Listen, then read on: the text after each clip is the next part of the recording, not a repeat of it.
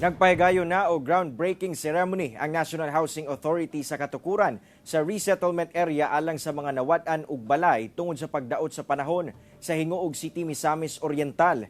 Gitunulan sab sila og financial assistance ubos sa Emergency Housing Assistance Program. Ang detalye sa report ni PJ De La Peña.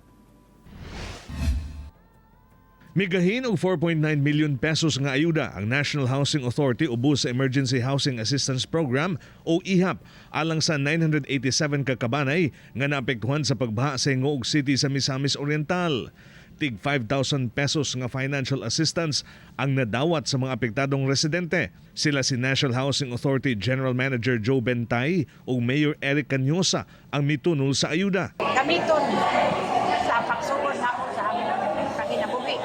Samtang gisuban sab agi sa capsule laying ang tukuron nga resettlement site sa barangay Minsapinit sa Hinguog City. Tukuron dinhi ang usa ka medium rise resettlement project nga dunay 125 single-story row house units. Ang LGU ang naghatag sa luna. Prioridad dinhi ang mga nabahaan.